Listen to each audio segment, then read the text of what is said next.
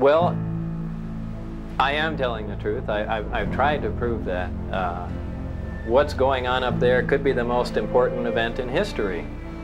You're talking about contact, physical contact and proof from another system, another planet, another intelligence. That's got to be the biggest event in history, period. And it's real. And it's real and it's there. Superiors up there, they say it's the easiest secret in the world to keep. It's leaked out many times before and nobody believes it. Do you think Bob Lazar and all these guys that have extraordinary claim believe what they are telling you? I can't tell for certain, but I believe Bob Lazar. I believe what he's saying is true. I told you so.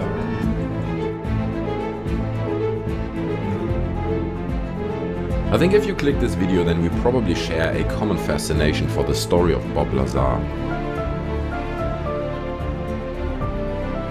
With social media and now the support of elected officials that want to know, if there is stuff, it's only a matter of time. Mm-hmm. It's only a matter of time. You can only hide so long because someone's going to talk. You believe his story, don't you? Yeah, I do. Yeah, I've got to know him pretty well over the last couple of months, and I believe he's telling the truth. Fascinating stuff. Thanks, George. Recently, the normie, mainstream, boomer type Bill Maher did a closing segment on his show Real Time with Bill Maher, in which he went over UFOs. And finally, new rule: given the increasing number in recent years of sightings by serious military personnel of unknown aircraft operating outside our current abilities, if at this point you don't believe aliens are here and observing us, maybe you're the conspiracy theorist. Right, so a guy who's not sure about the efficacy of vaccines is going to talk to us about scientific consensus. Nice. Ridiculous. And he cuts to these 4 still shots as if those are supposed to be convincing to anybody, and they're completely different elements. The top left is the gimbal, which is off the coast of Virginia Beach. Quite an interesting case, to be sure. No real explanation as to what that was. Top right is probably a balloon off the coast of Yemen, and we shot it with a Reaper drone, but not really that compelling, nowhere near as compelling as the bottom left, which is the Tic Tac incident. That's a video of one of the things we saw. There were many other UFOs that day and that week that they had seen. That's just one they happened to capture on the most sophisticated targeting system we have. And then the bottom right is a newer Tic Tac incident, which was testified to in Congress, coming from 2023, in the same area as the other Tic Tac one, which was in 2004. So these are 20 years apart, same area, as in the existence of one corroborates the existence of the other. Now, in the past, when it came to alien life, I was like a liberal college girl whose roommate is a lesbian. Not sold on it, but open to the possibility. But look, my opinion changes when the information changes. Yes, there was a time when the only actual contact we heard from about aliens was rural people who'd been abducted and anally probed. But you don't hear about that anymore. Why? My guess is the aliens gathered all the information they needed about us that they could get through our ass. It's where I'd look. But now they seem to be on to another phase. They seem to want to be spotted. Why else this constant playing peekaboo with our military? And it's serious people now. Not hippies or hillbillies, serious people. People with Mike Pence's haircut.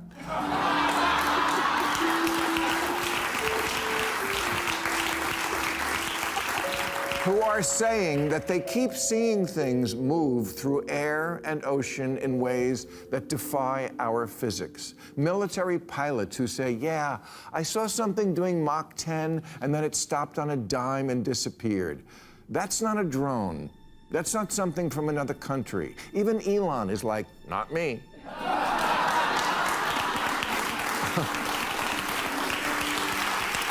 Now,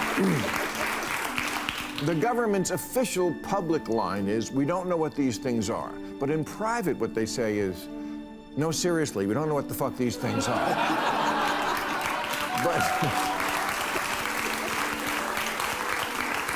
But they didn't leak from a lab in China. That's why in 2022, Congress had historic, first-of-its-kind hearings on what the Defense Department calls unidentified aerial phenomena, formerly called UFOs, but don't dead name them.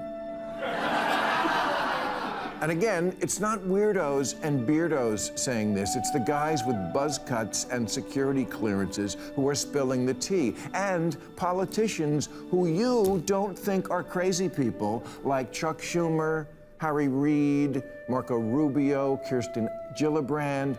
They're not disputing it. Jimmy Carter said he saw a UFO. George W. Bush said, yeah, there are secrets about aliens, and no, I won't tell you.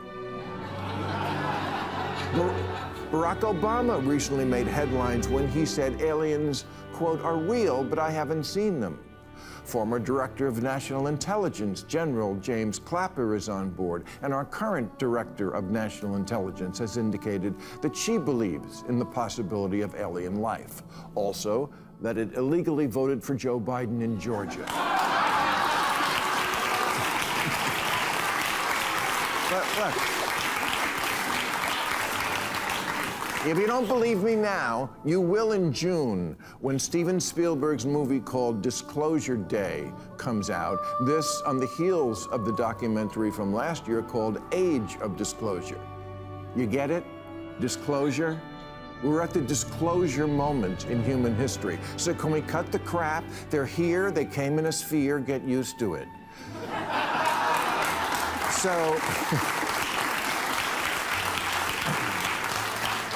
So if I may, I would now like to address the aliens directly.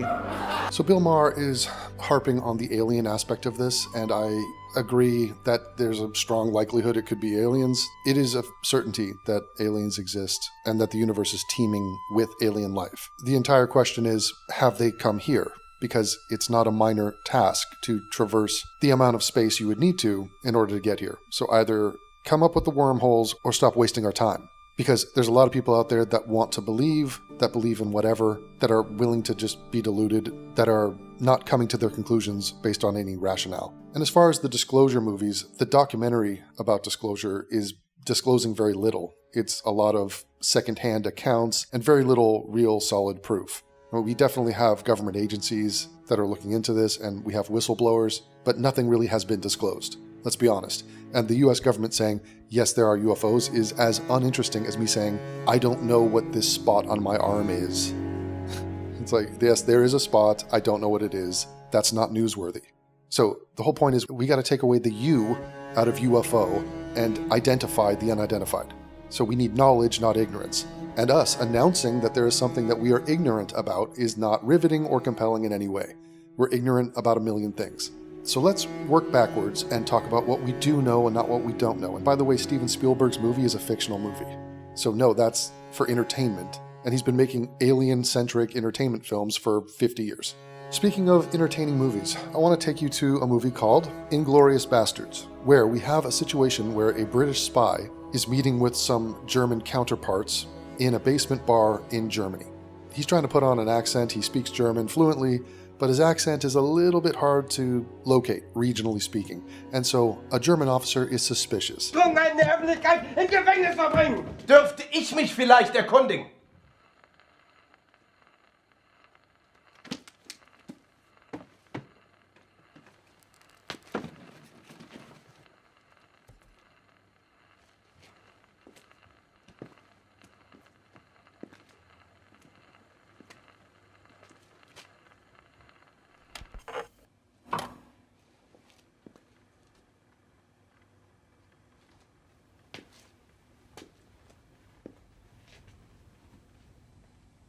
Wie unser frisch gebackener Vater hier habe auch ich ein sehr genaues Ohr für Akzente. Und wie er finde ich Ihren äußerst seltsam. Woher stammen Sie, Hauptsturmführer? Sturmbannführer, ich finde es höchst... Ich habe nicht mit Ihnen gesprochen, Obersturmführer München. Und auch nicht mit Ihnen, Obersturmführer Frankfurt. Ich spreche mit dem Hauptsturmführer heimatlos hier? Ich bin in einem Dorf geboren, das im Schatten des Piz Palus liegt. Dem Berg? Ja. In dem Dorf sprechen alle so. Haben Sie den Riefenstahl-Film gesehen? Ja. Dann haben Sie mich gesehen. Erinnern Sie sich an die Schießszene mit der Fackel? Ja. In dieser Szene spielen ich, mein Vater, meine Schwester und meine 2 Brüder. Mein Bruder sieht so gut aus, dass der Regisseur Papst eine Großaufnahme von ihm gedreht hat. Herr Major, wenn mein Wort etwas gilt, ich kann mich voll und ganz dafür verbürgen, was der junge Hauptmann hier behauptet. Er stammt wirklich vom Fuße des Piz Palus. Er war in dem Film und sein Bruder sieht wesentlich besser aus als er. Oh. Hey.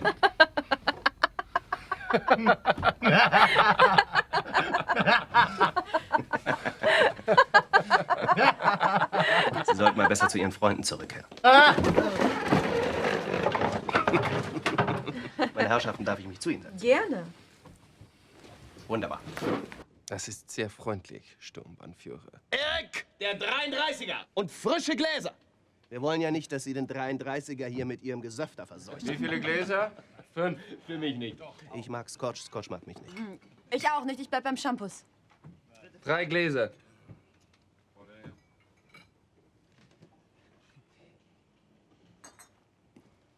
And in that moment, when he ordered 3 beers, he exposed the fact that he was not German because Germans do not hold up those fingers to represent the number 3. They start with their thumb. In the US, if I wanted 2 beers, I would say, 2 beers, please. But what about in Germany? In Germany, it would be 2 beers, please. So in the United States, also in Britain, I've heard, but I can really only speak for the US, we count like this. 1, 2, 3, 4, 5. But in Germany, it's 1, 2, 3, and 4 is where it gets confusing because I can't do this with mine. Like, it looks really, really weird. So to be on set working with him was, for me, it was quite a surreal experience. The attention, the detail to everything, because he has done it. You know, even that thing of like 3, you know, that detail for me, I was like, wow, okay, yeah, I realized my dad's German, so he always counts first with the thumb. And that's such a German thing. How do you do that? He ordered 3 glasses. We order 3 glasses. That's the German 3. And I was like, that detail is like classic, you know, Quentin Tarantino, to pick up on that detail.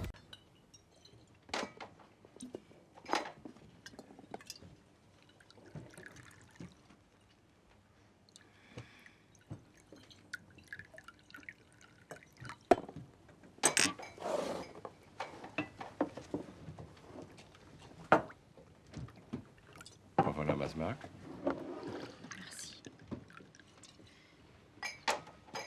Auf ein 1000-jähriges deutsches Reich. Ein 1000-jähriges Reich.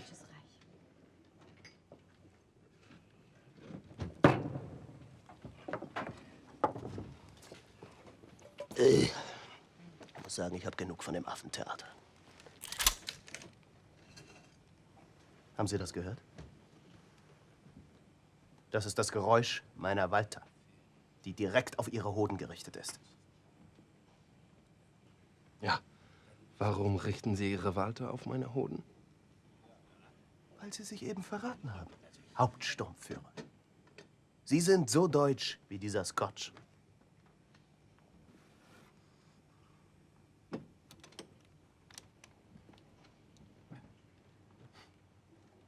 Also Sturmbannführer. Schnauze, du Schlampe. Sie wollten was sagen. Ich wollte sagen, dann sind wir zu zweit. Ich habe eine Pistole auf Ihre Eier gerichtet, seit Sie hier sitzen. Und ab jetzt sind wir zu dritt. Und auf die Entfernung bin ich ein richtiger Frederik Zoller.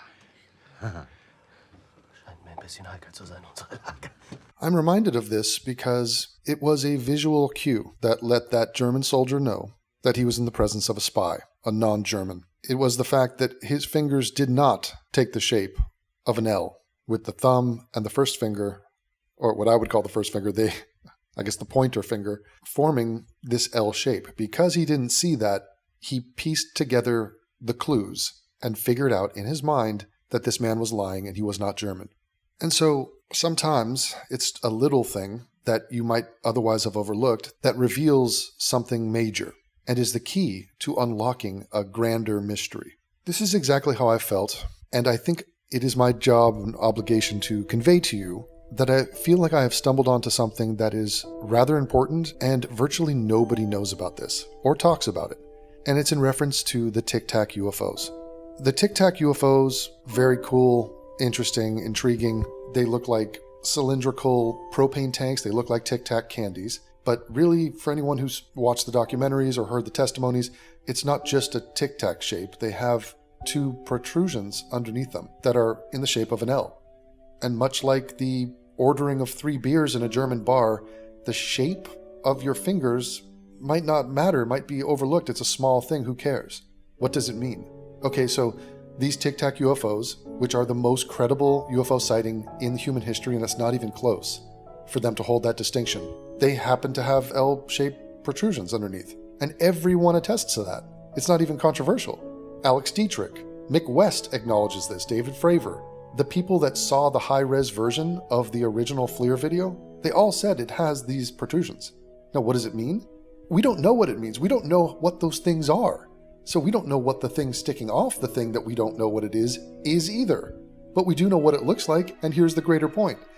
If you study Tic Tac UFOs and understand the significance of that UFO sighting and just how compelling it was, if you understand that we have an enormous amount of evidence to suggest that A, the Tic Tacs did what they did, looked how they looked, and specifically had these things sticking out from under them, now I want you to consider Bob Lazar. Remember that crackpot? Remember that guy who maybe lied about his education? Maybe he had something to do with a brothel out in Reno? You know, he's an eccentric nerd. He's telling a very tall tale. Like, how are we supposed to believe this dude? Explain to me how Bob Lazar in 1989 and in the years since then has been drawing on napkins and on whiteboards the fact that the gravity generating devices hanging below the UFO he worked on happened to sit in a configuration that it was an L-shaped prong sticking out the bottom of the UFO. Normally, you would have the 3 amplifiers hanging, or the 3 emitters hanging down in Omicron mode. A single one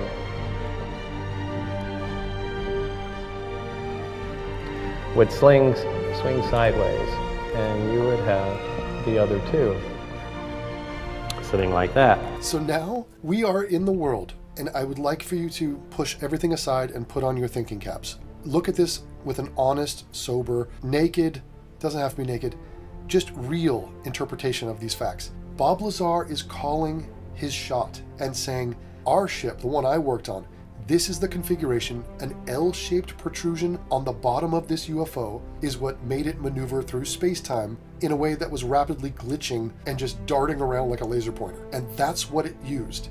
It wasn't an S-shaped thing, it wasn't a straight line, it wasn't on the top, it wasn't on the side. It's an L-shaped protrusion on the bottom of the craft. And then 28 years later, what do we see underneath these Tic Tacs? L-shaped protrusions on the bottom of the craft. This fact alone represents an insane coincidence if you happen to think it would be a coincidence. A man telling you that he's reverse engineering a UFO in 1989 paints out an exact design element that is mirrored in the most credible UFO sightings ever, the information of which came out 28 years later. So this is him in 1989 saying this is what it looks like. This is the formation that this craft flies in when it's in our atmosphere. He calls it Omicron. We see these things flying around with the same type of protrusion.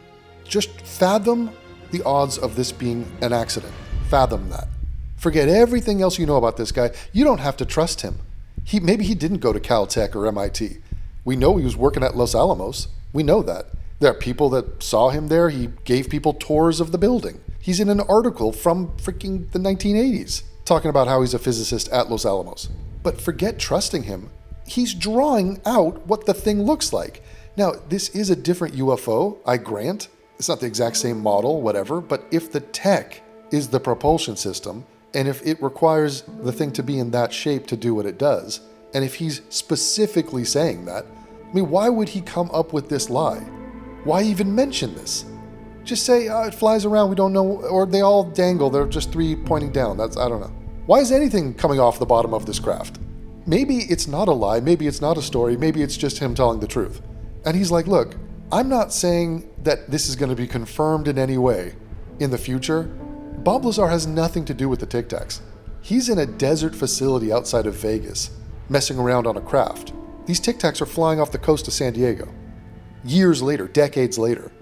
Now, most people don't come to Bob Lazar in this fashion. Most people discovered him either in 1989, where he made a major splash and said, oh, there's this thing called Area 51. I work at it. He was in fear of his life. He's been on the record since 89 saying the same story. He has no idea that there's going to be information coming out later that confirms what he is saying. And yet it did. And so if you're following the guy, his story seems outlandish and unbelievable. And it's really not corroborated by anything until the Tic Tacs came out. And people were so consumed with, oh my God, the Tic Tacs, what are those? Let's talk about David Fravor and the radar guy and Alex Dietrich, and let's figure out, are these military guys lying? Let's check out the video. Let's analyze that one video. And they're obsessing with Tic Tac because it's an event from 2004, released in 2017. This should have been a record-screeching moment in history where, if you look at this thing, it is completely confirming everything Bob Lazar said, and it's not just the L-shaped prongs. That's the cherry on top. The fact that he is mapping out for you what the thing looks like. And then, whoopsie daisy, the most credible UFO sighting ever features UFOs with that specific design feature. But, I mean, it's the movement. It is the movement of these ships. These are the two things that you have to grapple with. When he came out in 89 and said, I have seen UFOs, I'm working on one right now, here's how they fly. They didn't fly like the ships in Star Trek or Star Wars or Close Encounters of the Third Kind or E.T. They didn't hover, they didn't float, it wasn't like an airplane. They did something very specific, and it was crafts that were glitching through space-time, almost teleporting, in perpendicular fashion, no sonic booms, no inertia playing upon them, instant acceleration. Now this, for him to have said that in 89 doesn't help his story, it makes it less believable. Because, Bob, nobody has ever seen this. You can't break the laws of physics or our atmosphere. We've never seen that. It's not featured in film or television. What are you talking about? So in other words, why add this to your story? I used an analogy once where I said, look, if I want to tell you I just broke the 4-minute mile myself, personally, my personal best mile time is sub 4 minutes. You're like, wow, that's a pretty bold claim. Oh, also, let me add something to that claim. I did it while being invisible. Excuse me? Yes, I broke the sub 4-minute mile and I was invisible. Devin, you adding the invisible part was a little bit of a stretch and it makes me not believe anything of what you're saying at all. Why did you add that? Now, if 28 years later you come to find out, oh, Devin can turn invisible. If that is established at some point in the future somehow, you might then come back and be like, oh shit, maybe he did run that 4-minute mile. So when Bob is saying, and not just saying, he filmed videos and took other people to see these things, multiple groups of people to see his UFO flying, and there's a video, and here it is right now. And it is glitching through time, going up and down, doing little step moves. It's hard to perceive it. It is coming and going so fast. And it's like, great, Bob. It sounds ludicrous. Okay, I don't believe it. It's never happened. There's no explanation for this. Your gravity theory is caca-poo-poo. You know, you're trying to reverse engineer it. You didn't reverse engineer shit. In fact, one of the engineers apparently blew up trying to tinker with the thing. So it's a fun exercise to think about what if, maybe. And it's like, smash cut to the Tic Tac incident, where all of these people are saying it moves in the exact same way. Not kind of, sort of. exactly in this very unprecedented, unique, very specific fashion, unseen in our culture. In any of the folklore about UFOs, they don't do this. Turns like, it's incredible. The amount of G-forces that it would put on a human that this thing was doing. The jets were like trying to trail this thing and it would just run off and leave them. It would just gone. And then it would come back and then you would see it. And then it made a maneuver, like they were chasing it straight on. It was going with them. This thing stopped, turned, and just gone. I mean, that's the only way to describe what it looked like. It moved around, it did a step move. It actually went up in the air like this and hovered, then dropped way down. Then it just floated around and cruised around, and then it started coming up the mountain range.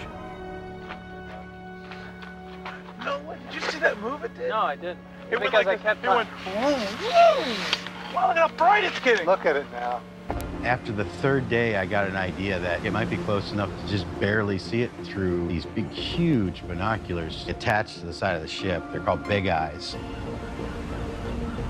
It was basically just a dot in the horizon at the right bearing and the right altitude, and I was just waiting to see if it moved or did anything, and sure enough, it did. And at a certain point, it moved over to the side and then just gone. You're not crazy. The world is. Join the Flying Monkeys.